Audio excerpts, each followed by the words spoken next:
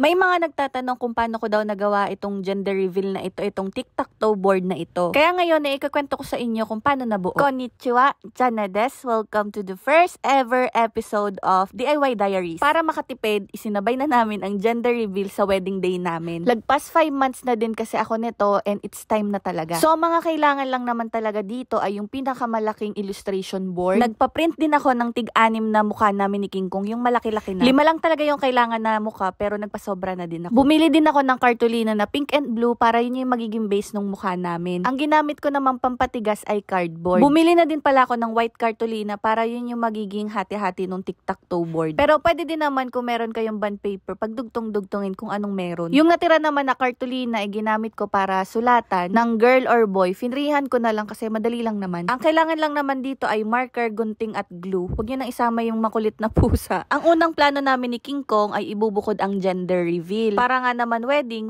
lang. Pero habang tumatagal at palaki ng palaki yung gastos namin sa aming pagpaplano, naisip namin na mas practical na isabay na nga naman. Total intimate wedding naman yung sa amin. Sila din naman talaga ang iimbitahin sa gender reveal. Kaya isahan na lang. Kaya tic-tac-toe yung napili ko para kahit papano ay merong suspense. Pero ang original plan ay mag-pop na lang nung parang confetti kung either pink or blue. Pero parang masyadong mabilis kasi kapag ganun. Kaya nag-research ako at ito yung nagustuhan ko. O diba, face card. Yan na talaga yung pinakamaayos na picture namin kaya yan yung napili ko. Dito naman lahat ng picture ay na-cut out na namin at naikabit na sa bilog na cardboard. Nilagyan ko na din ng tali para maging sabitan niya. Nilalatag ko nga lang dito for example. Pero meron talaga akong friend na si Austin na pinakisuyuan ko na magfa-finalize nito para naman hindi ko makita kasi surprise nga, diba? Tinulungan na din ako ni Ate Jailing magdikit-dikit ng mga boy or girl at kung ano-ano pa. Naisipan ko din lagyan ng question mark sa likod para mas maganda tingnan pero pwede din namang wala. Bukod pala sa tic-tac-toe board ay naisipan ko din magkaroon ng cast your votes. Dito nila ilalagay kung ang boto nila ay babae o lalaki. Mga retaso na nga lang din ng cartolina ang ginamit ko dito, yung mga natira. Simple lang naman siya, nilagyan ko lang siya ng what is your guess and then boy sa left, girl naman sa right. Sinabihan ko din sila ate na sa wedding day, i-interviewin nila yung bawat isa doon. Magpapakilala at sasabihin yung guess nila para meron din naman akong memories. Pinakita ko nga din kay mama kung approve siya, tinatanong ko kung anong boto niya. Nung dumating na nga si King Kong dito sa Pinas, tinulungan niya na nga akong tapusin to. Aba, syempre dapat may ambag din siya. Napakakulit pa rin ni Mingming. Naisipan namin dito sa cast your votes, maglagay na lang ng double-sided tape para ididikit na lang yung mga pangalan nila katulad nito. Medyo chaotic lang yung pagkakabit nila pero mas madali siya. At ito na nga yung final output. Buti na lang pinahiram kami ng Villastas Catering ng stand. Thank you so much po. Buti na lang malaki yung napili namin para kitang-kita lahat ng audience. Kung napanood nyo nga yung separate vlog ko nito, nagsisigawan sila dyan. Kabadong-kabado nga kami ni King Kong neto. Wala kasi talaga nakakaalam sa amin kasi syempre reveal nga. Actually, si mama pala meron. At saka si Austin na nag-finalize nitong gender reveal board na ito. Bumili din pala si Austin ng popper. Para nga naman may confetti kapag na-reveal na. Thank you so much, Austin. At para sa mga hindi pa nakakapanood ng gender reveal namin ito na nga po. Pero anak, sabay kayo.